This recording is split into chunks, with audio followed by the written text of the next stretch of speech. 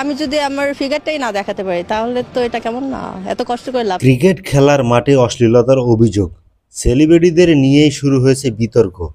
কে কার বিরুদ্ধে আর কি আছে লিগ্যাল নোটিশে, তাই জানবো আজকের ভিডিওতে।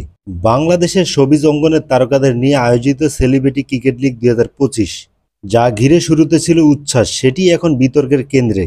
রিসেন্টলি এই ক্রিকেট লিগ নিয়ে অশ্লীলতার অভিযোগ তুলে লিগ্যাল নোটিশ পাঠিয়েছেন সুপ্রিম কোর্টের আইনজীবী মোহাম্মদ জাকির হোসেন।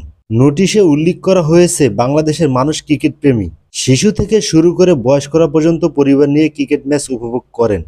আর সেলিব্রিটিদের নিয়ে ম্যাচ হলে তো কৌতূহল আরও বেশি, কিন্তু সেই কৌতূহলে নাকি এবার ভাঙন ধরেছে।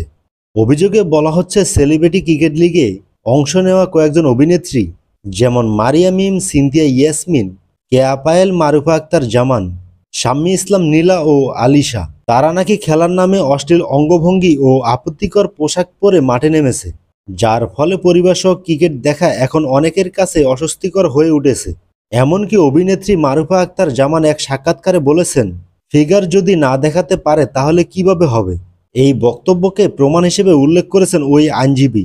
নোটিশে আরও দাবি করা হয়, যেহেতু বাংলাদেশ একটি ধর্মভিত্তিক ও সংস্কারপূর্ণ সমাজ, তাই এই ধরনের খেলা যেন শালীনতা বজায় রেখে পরিচালনা করা হয়। এই ঘটনায় মেন্টর হিসেবে দায়িত্বে থাকা নির্মাতা প্রবীণ রহমান চৌধুরী, গিয়াসউদ্দিন সেলিম ও তানভীর রহমান অংশুর দিকেও অভিযোগের তীর উঠেছে।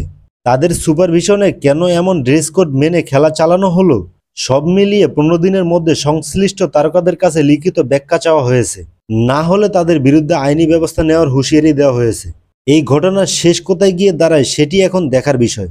সেলিব্রিটি ক্রিকেটের নামে যদি বিতর্কের ছায়া ঘনিয়ে আসে, তাহলে কি জনপ্রিয়তায় ক্ষতিগ্রস্ত হবে? আপনাদের কি মনে হয়, এটা কি আসলে অশ্লীলতা নাকি শুধু ফ্যাশন ও বিনোদনের অংশ? আপনাদের মূল্যবান মতামত কমেন্টে জানাতে ভুলবেন না। ভিডিওটি ভালো লাগলে লাইক দিন, চ্যানেল সাবস্ক্রাইব করুন আর এমন সব আপডেট পেতে বেল আইকনে ক্লিক করুন। ধন্যবাদ।